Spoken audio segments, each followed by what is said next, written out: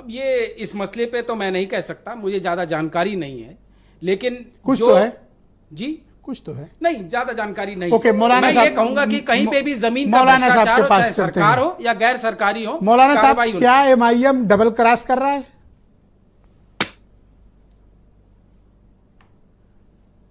मौलाना साहब, क्या आवाज आ रही MIM नहीं? डबल क्रॉस कर रहा है? आवाज आ रही मेरी? नहीं। बिल्कुल परफेक्ट आ रही, प्लीज बोलें। असदुद्दीन ओवैसी साहब JBC का हिस्सा है और वो वक्फ बोर्ड के ताल्लुक से बातचीत कर रहे हैं।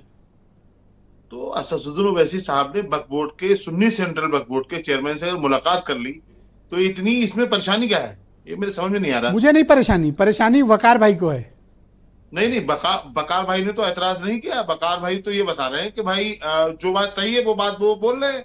अभी असदुद्दीन ओवैसी साहब का बयान कोई नहीं आया। मैं कहूंगा बयान आना चाहिए उनका कि उन्होंने जो उनसे बातचीत की है, उनके साथ बैठे हैं, जो तस्वीर जारी की है वो क्यों की है। नहीं, आपने कहा ना कि 2017 में एक डील हो गई थी तो फारूकी ने वो काम कर लिया। ऐसा तो नहीं कि आज भी कोई मुझे ऐसा नहीं लगता। देखिए, ओवैसी साहब को मैं पसंद करता हूं, पर्सनल बता रहा हूं।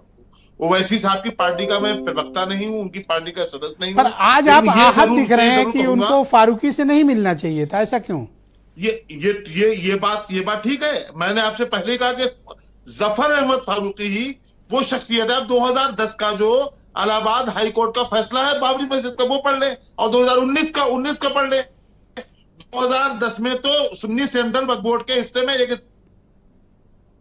सेंट्रल वक्फ बोर्ड का ही नहीं है, क्या बताया मैं आपको जी। ये एक तरह का। Thank you sir. थोड़ा वीडियो लिंक आपका टूट रहा है सर। हेलो, हाँ आप बोलें, आपको लिंक मिल गया, बोलें। हाँ, तो मैं ये कह रहा था कि असदुद्दीन ओवैसी साहब पर को ही टारगेट करना क्यों। असदुद्दीन ओवैसी साहब ने अगर तस्वीर जारी आप इस बात की एक बार भी मांग नहीं किया कि बोर्ड भंग करके फारूकी को हटा दो? नहीं, क्यों? हमने तो आपने शुरू में कहा है कि बोर्ड भंग हो गई नहीं। बोर्ड कैसे हो जाएगा, भंग हो जाएगा साहब? सरकार कैसे कर देगी? सरकार ने पहले ही वादा कर लिया, बाबरी मस्जिद दे दो आप हमें, और आप बने रहो जब तक हमें। तो फिर यही तो डील है, यही तो है। आज भी कोई डील हुई है? देखिए, कोई भी सरकार हो वो सत्ता में बने रहना चाहती है।